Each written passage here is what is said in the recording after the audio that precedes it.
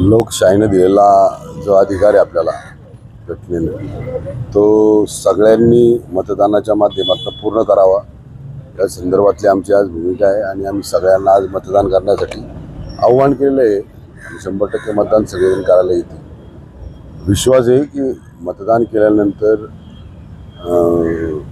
साहजिक मी उमेदवार आहे, मला अपेक्षा अशी आहे की सगळ्यांनी विकासाच्या मुद्द्यावर मतदान केलं पाहिजे।